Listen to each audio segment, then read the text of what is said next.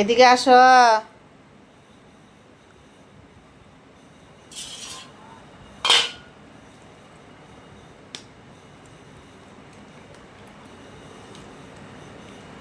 হাড় খাওয়ার জন্য একজন ব্যস্ত হয়ে যায়।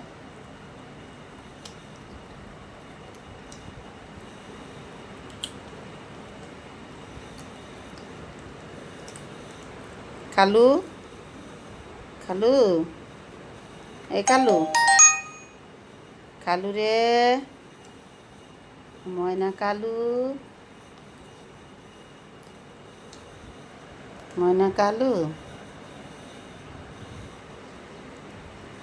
কালু হচ্ছে গতকালকে মুরগির অনেক হাড় টাড় খাইছে, খাওয়ার পরে তার সম্ভবত পেটে ঠিক করে হজম হয় নাই, পরে সারাদিন আর খাওয়া দাওয়া করে নাই।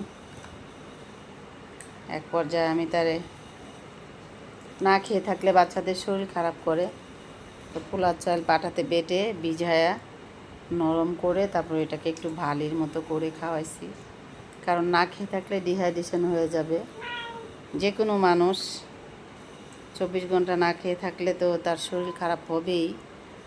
এখানে আসো।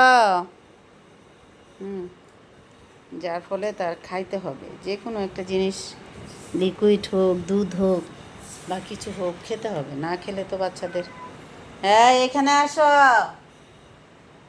হালুম, না খেলে বাচ্চাদের শরীর খারাপ করে, সেক্ষেত্রে দুর্বল হয়ে যায় শরীর। আমরা তো মানুষেরা যদি খাবার লেট করে খাই, তারপর দেখা গেছে ক্ষুধার্ত হলে শরীর কাঁপতে থাকে, তখন মনে হয় এই মুহূর্তেই খেতে হবে। আর ওরা কি করে, যখন বেশি ক্লান্ত হয়ে যায়, অসুস্থ হয়ে যায়, তখন হচ্ছে ওরা চুপ করে শুয়ে থাকে।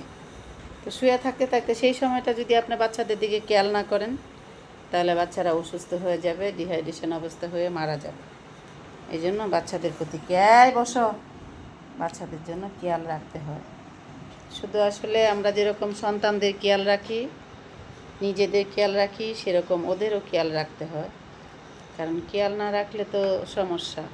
আমি যদি মনে করি বাচ্চারা খায় নাই, খাওয়ার দরকার নেই, পড়ে আছে পড়ে থাক, ঘুমাচ্ছে ঘুমাইতে থাকুক, উঠতেছে না কেন বিছানা থেকে, না উঠুক, কোনো সমস্যা নাই। এই জিনিসগুলো যদি আমরা ভাবি, সেক্ষেত্রে হচ্ছে আমাদের বাচ্চাদের জীবনের উপর অনেক ঝুঁকি থাকবে, বাচ্চারা ক্ষতিগ্রস্ত হবে, মারা যাবে। যার জন্য অবুঝ প্রাণীগুলো, কথা না বলা প্রাণীগুলো, আপনি যদি তাদেরকে লালন পালন করেন, তাদের ভাষা আপনার মন থেকে বুঝতে হবে যে ওদের কী প্রবলেম হচ্ছে, ওরা কী চাচ্ছে, কী করতে চায়। এই যে ছোটো একটু ওরা কী চায় বা ওদের কী প্রবলেম হচ্ছে, এই জিনিসগুলো যদি আপনারা খেয়াল না রাখেন, সেক্ষেত্রে বাচ্চাদের অনেক সমস্যা হয়ে যাবে।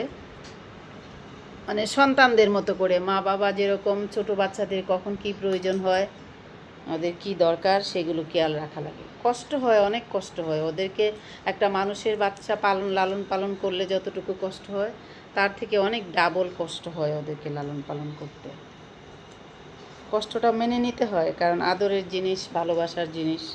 ওদেরকে যখন আপনারা পালবেন, লালন পালন করবেন, তাহলে ওদের সব কিছু সুবিধা অসুবিধা সব কিছু আপনাদের